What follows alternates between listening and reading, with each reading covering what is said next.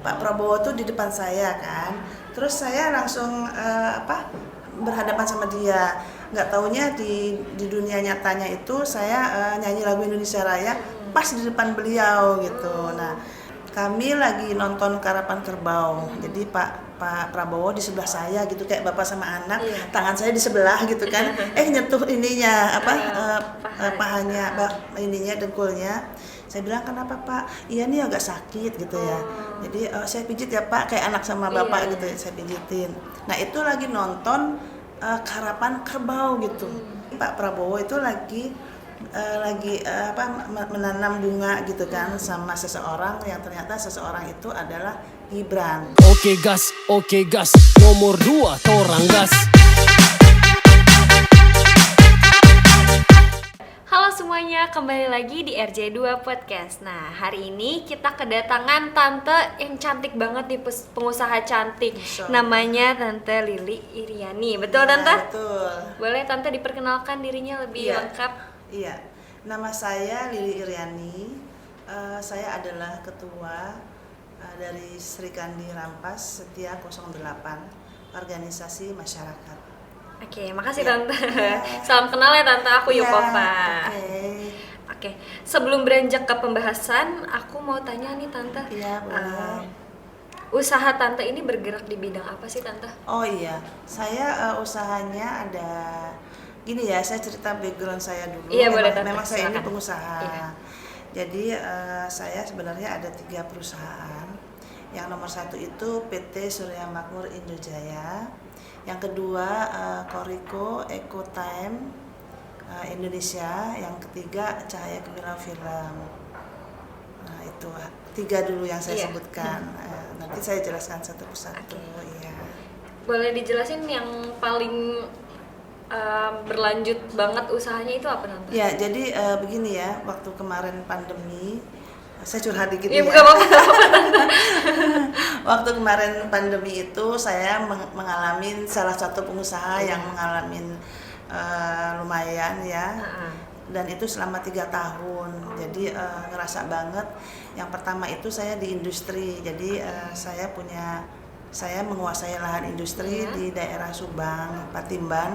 Itu dekat dengan pelabuhan Patimban ya, yang kerjasama antara Indonesia dan Penta Ocean. Jadi di sana kan ada lahan di sekitarnya itu kan kosong. Jadi kami punya konsep untuk membangun di sekitarannya. Nah waktu itu kami sudah menggambar, sudah berencana sedemikian rupa, dan kami juga sudah punya partner ya. Jadi kita lumayan step by stepnya sudah kita lewatin, tapi tiba-tiba itu pandemi. Jadi selama 3 tahun ya lumayan enak. Dinikmati Tante. Dinikmati aja. Jadi sebenarnya saya tuh masuk lagi, mulai aktif lagi tahun 2022. Lalu saya curhatnya begini. Waktu itu saya mengajukan perizinan ya. Otomatis kita mengajukan perizinan lah, karena itu tingkatnya nasional, bukan daerah aja. Jadi saya harus ke pusat. Nah di pusat itu saya harusnya ketemu jadi saya berhubungan dengan Kementerian Investasi, karena dari Kementerian Investasi akan memberikan rekomendasi langsung ke Bupati. Jadi di Bupati mengizinkan untuk perangkat desanya, pada saya datang untuk memberikan beberapa perizinan gitu. Nah tapi setelah pandemi saya dapat itu tanggal 30 Maret surat rekomendasinya tahun 2022. Nah dalam 2 tahun ini saya agak sedikit kesulitan. Jadi saya masuk di sini, kita lompat dikit ya, saya ke depan dikit ya. Jadi saya sebenarnya kan memang belum pernah di organisasi gitu. Nah saya itu mimpi. Nah ini agak bawa ke mimpi dikit nih. Saya udah mimpi. Jadi mimpi saya itu sudah salaman sama Pak Prabowo. Pertama saya mimpinya Pak Prabowo tuh di depan saya kan. Terus saya langsung berhadapan sama dia. nggak taunya di dunia nyatanya itu saya nyanyi lagu Indonesia Raya pas di depan beliau gitu. Nah, yang kedua saya mimpi lagi, kami lagi nonton Karapan Kerbau. Jadi Pak Prabowo di sebelah saya gitu kayak bapak sama anak, tangan saya di sebelah gitu kan. Nyentuh ininya pahanya, ininya dengkulnya. Saya bilang, kenapa Pak? Iya nih agak sakit gitu ya. Jadi saya pijit ya Pak, kayak anak sama bapak gitu ya, saya pijitin. Nah itu lagi nonton Karapan Kerbau gitu. Kerbaunya kan berarti kan lambang itu. kayak ada lagi diadu gitu ya. Nah itu udah nonton berarti kan kita pemenangnya. Nah yang ketiga saya mimpi lagi Pak Prabowo itu lagi menanam bunga gitu kan sama seseorang yang ternyata seseorang itu adalah Gibran, Mas Gibran. Jadi saya lewat depannya, saya ngerasa kok ada orang di depan saya, orang tua kayak orang penting. Saya mundur lagi, Bapak maaf ya gitu ya. Saya salaman sama dia. Nah biasanya mimpi saya itu begini dek, kalau Nabi mimpi itu namanya kan berarti wahyu. Kalau manusia mimpi itu ilham. Jadi saya biasa mimpi suka jadi kenyataan gitu. Kayak saya mimpi ke Mekah, saya mimpi dulu ngeliat Ka'bah. Nah atas dasar itulah saya jadi mau menerima, saya ini jadi ketua organisasi. Jadi saya jadi ketua Sri Kandi Rampas Setia 08. Ternyata Rampas ini sudah mengikuti Prabowo, sudah setia sama Prabowo udah 10 tahun gitu. Nyambung ya Tante. Kalau saya baru dilamar. Jadi saya menjadi sayapnya, saya baru karena saya mimpi itu saya yakin Prabowo pasti menang. Dan kenapa saya mimpi itu? Insya Allah mimpi saya dari kecil selalu jadi kenyataan. Saya mau jadi kaya, saya mau hidup lagi ini semua. Tapi jalannya mana ya? Kalau cuma gini-gini aja ya. Program juga yang nggak ada. Saya sebenarnya punya si proyek, tapi belum saya launching nih. Nanti saya cerita sedikit. Jadi singkat cerita, saya kenal sama Pak Uje. Iya, saya cerita. Jadi kata Pak Uje begini. Bu Lili, mungkin waktu saya sebenarnya harus kontrak ya dengan negara lain karena dia mau invest di sini, sebenarnya mau membangun kota industri bersama saya ya, karena kita kan orang Indonesia harus tetap yang mempunyai lahannya. Betul. Nah jadi cuman saya setiap mau audiens ke menterinya nggak bisa. Gitu. Tapi kan suratnya saya sudah terima, surat rekomendasi itu. Kenapa? Saya kok kayak dianaktiriin.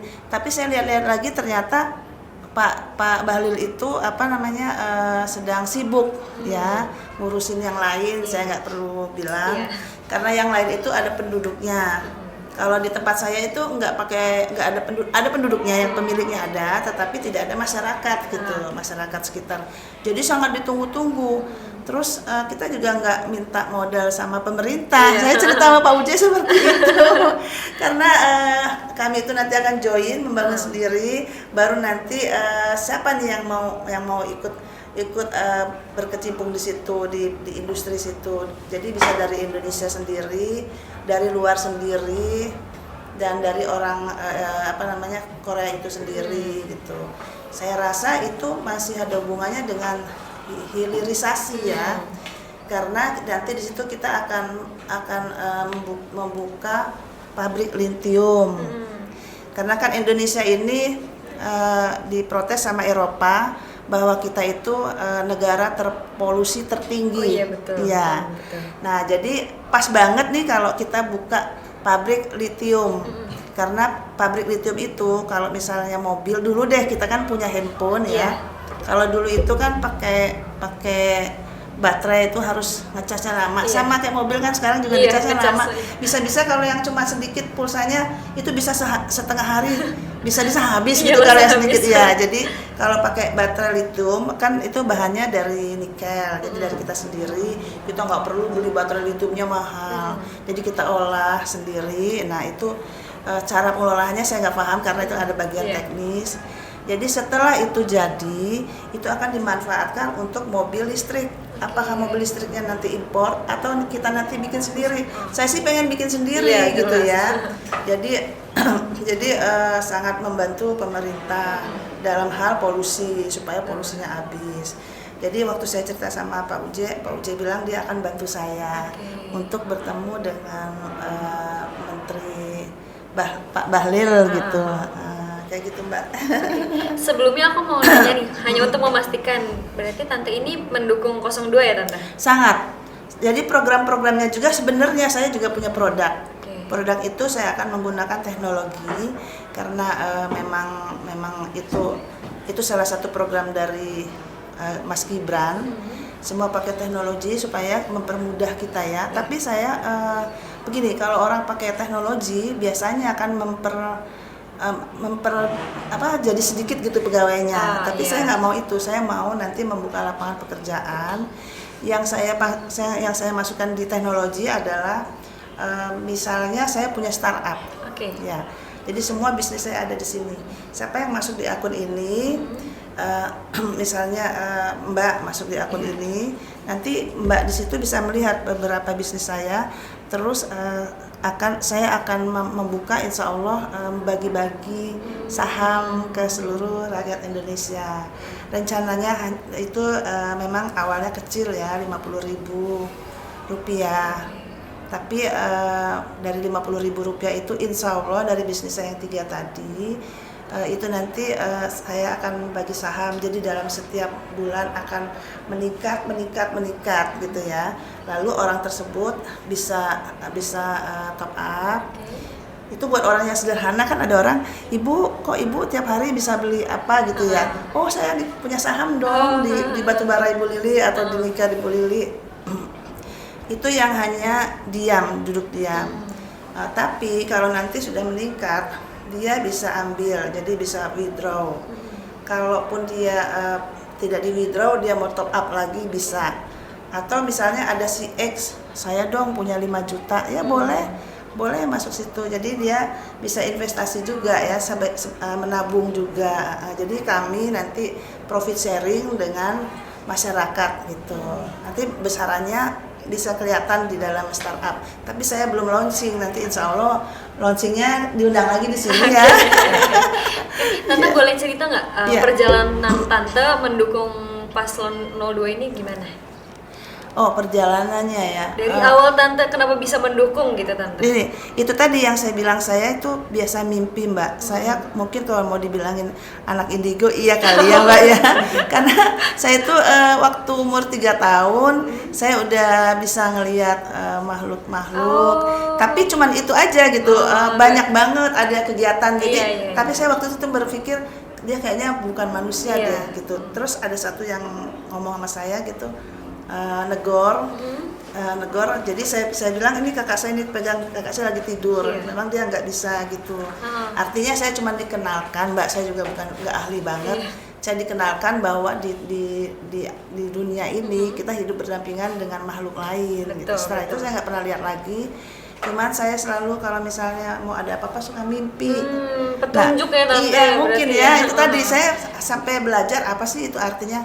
Ternyata kalau mimpinya Nabi itu wahyu, kalau mimpinya manusia itu adalah ilham. Nah, saya percaya banget itu, dan itu ada loh di dalam Al-Quran.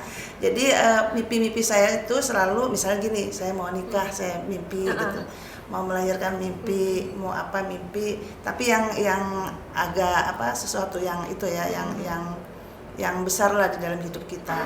Nah ini saya mimpi sudah ketemu Pak Prabowo nih, kesayangan aku nih. Aku tuh terharu banget, kenal enggak, siapa bukan. Tiba-tiba tapi kok mimpi 3 kali. Jadi saya yakin banget dia pasti menang 1 kali putaran gitu kan. Buat saya pengennya 1 kali putaran. Kenapa? Saya sedih banget kalau 2 kali putaran, 17 triliun akan habis. Mendingan kan buat kita orang Indonesia gitu.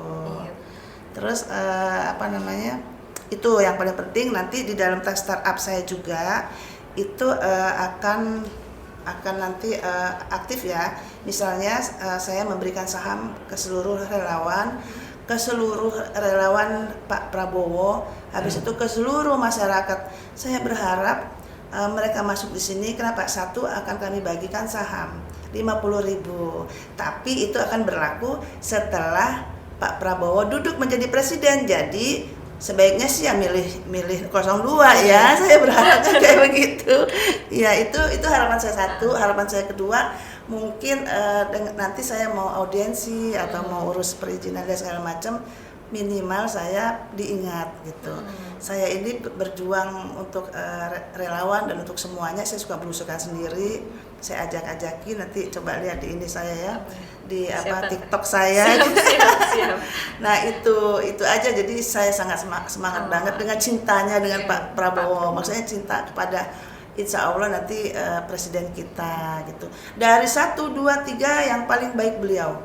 Nah jadi memang auranya sudah ada dan saya yakin banget beliau itu pasti jadi presiden. Insya Allah. Ya.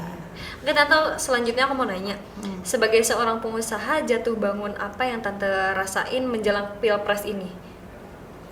Iya, jadi kan saya semuanya sendiri ya. Saya itu kan pengusaha, waktu 3 tahun kebelakang benar-benar habis-habisan ya, karena memang kita tidak menciptakan apa-apa. Kalau pengusaha kan menciptakan apa-apa dan menghasilkan apa-apa untuk karyawan dan untuk semuanya. Jadi sejak pandemi, kita cerita dikit itu, saya berkeluh kesah, memang nggak salah ini, memang keadaannya seperti itu ya. Sudah jadi, takdirnya ya. Ya, jadi sisa-sisa perjuangan, sisa-sisa kekuatan saya gitu. Itu saya menjadi relawan dengan alhamdulillah dengan uang sendiri gitu ya, nggak ada bantuan dari manapun, ada bantuan dari manapun gitu. Semoga rezeki Tante makin berlimpah ya Tante. Amin. Karena saya niatnya, pokoknya saya mau dapat itu proyek yang di Patimban juga mimpi. Petunjuk lagi ya Tante. Jadi saya yakin insya Allah itu jadi besar. Saya berharap seperti itu karena saya akan membagi juga kepada masyarakat gitu. Itu mimpinya juga bagus insya Allah, cuman memang kayaknya Allah memberikan saya perjalanannya agak ya karena pandemi, terus karena pasti ada jatuh bangun ya. Tapi saya yakin sih Allah itu sudah mengatur hidup seseorang dan tidak ada cobaan yang lebih besar daripada kemampuan kita. Betul. Kalau di sininya gini, nanti di sininya gini, tenang aja dulu gitu kan. Jangan maksa di sini gitu. Biar aja dulu ikuti alurnya dulu. Nanti baru kesananya insya Allah saya besar dengan dibantu dari Pak Uje juga. Amin. Dari insya Allah menjadi Pak Prabowo jadi presiden, jadi saya kan sudah menjadi relawannya beliau. Nanti insya Allah saya mungkin lebih mudah kalau saya mengurus perizinan atau minimal saya mau audiensi kepada menterinya Bapak. Amin. Saya Semoga dilancarkan. Amin ya Rabbal Alamin gitu. Oke, ini aku mau tanya sih harapan Tante apabila paslon 2 ini terpilih. Gitu ya. Iya. Harapan saya, ini yang banyak orang nggak tahu. Begini, kalau orang mengerti, kalau rakyat Indonesia ini ya, yang kelas menengah ke bawah, yang nggak terlalu mengerti tentang politik, itu biasanya ngelihatnya cuman ininya, fisiknya gitu kan. Betul. Coba diinget-inget deh. Tapi ya kebenaran bagus ya, kayak SBY gitu kan, kayak Jokowi. Nah kalau yang sekarang ini begini, saya itu pengen menghimbau kepada masyarakat, jangan tertipu dengan penampilan, ya. Yang satu itu, yang paling penting nomor 2-nya, semua yang sudah dibangun oleh presiden-presiden sebelumnya itu akan terus maju ke depan. Sekarang bayangin kalau misalnya IKN sudah dibangun dan itu juga pastinya ada investor-investor. Kan kalau ganti pejabat, ganti juga kebijakan. Kalau misalnya ganti kebijakan lagi, kita kan buang-buang uang jadinya ya. Terus tidak maju, tidak dilanjutkan. Itu sayang sekali satu. Kedua, di Jakarta ini udah penuh, Mbak. Iya, betul. Iya, jadi sudah padat sekali. Jadi alangkah baiknya dan menurut saya itu keputusan yang sangat tepat sekali. Kalau Pak Jokowi membangun IKN gitu, itu banyak yang nggak ngerti. Jadi saya kemarin sempat belusukan ke pemulung. Jadi saya bilang sama pemulung, saya tanya punya anak berapa. suaminya udah mati, anaknya ada 2. Saya bilang gini, mau perubahan, mau. Nah sekarang mau pilih siapa? Mereka bingung. Saya kasih masukan. Sekarang anak ibu makannya apa? Kadang Indomie bu, kadang puasa gitu kan. Susunya gimana? Boro-boro susu kata dia gitu. Jadi saya bilang gini, kalau pilih Jokowi nanti anak ibu kan usia sekolah. Insya Allah dan pasti nih ya, kalau Prabowo itu jadi, nanti programnya adalah salah satunya minum susu. Minum susu dapat makan gitu. Nggak usah mikirin lagi susunya beli karena susu memang mahal ya kan. Kalau susunya asal-asalan nanti salah. Sekarang aja ada anak-anak yang pakai susu sapi, ada susu kan macam-macam ya formula. Jadi nanti program susu, intinya program susu itu sangat baik, sama makannya sangat baik. Jadi nggak ada susu anak bayi dikasih susunya susu kental manis, ya mencret kan. Tidak sesuai dengan umurnya. Iya. Saya sih pengen banget juga ada satu program saya satu ini saya masih dalam perancangan. Kalau disetujuin saya pengen sekali saya itu punya program yang juga mendukung masuk di startup saya untuk susu. Jadi saya pengen beternak sendiri, beternak kalau bisa di setiap ini ya. Setiap daerah. Saya nggak tahu udah boleh belum ini ya. Pokoknya nanti kita ngajuin ya. Saya rasa kalau mendukung kan saya rasa semua pengusaha dikasih kesempatan.